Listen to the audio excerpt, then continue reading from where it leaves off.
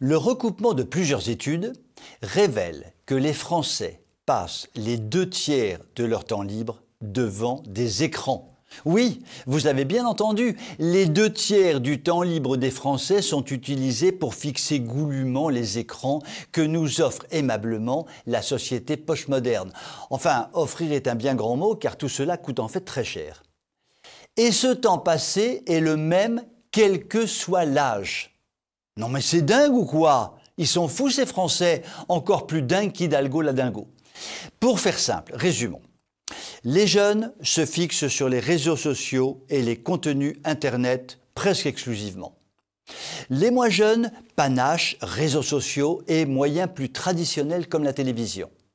Quand les plus âgés se concentrent surtout sur la bonne vieille télévision, la téloche comme disent les jeunes.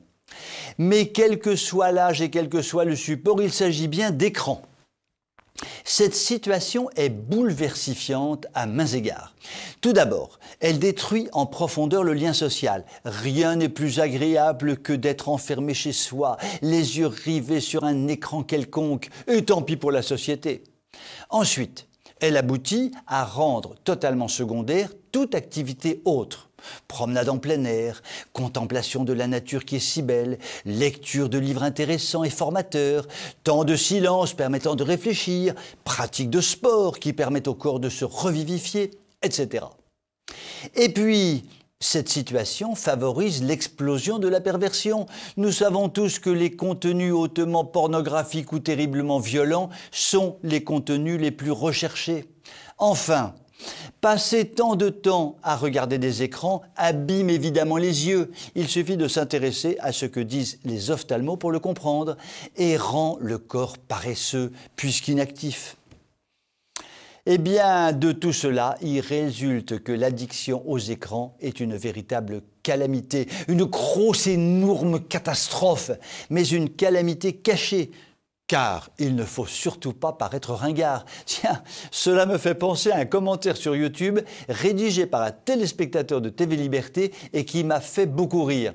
Ce charmant téléspectateur me traitait ainsi, ouvrez les guillemets, mon vieux réac préféré, fermez les guillemets. Vieux, ça c'est vraiment vexant.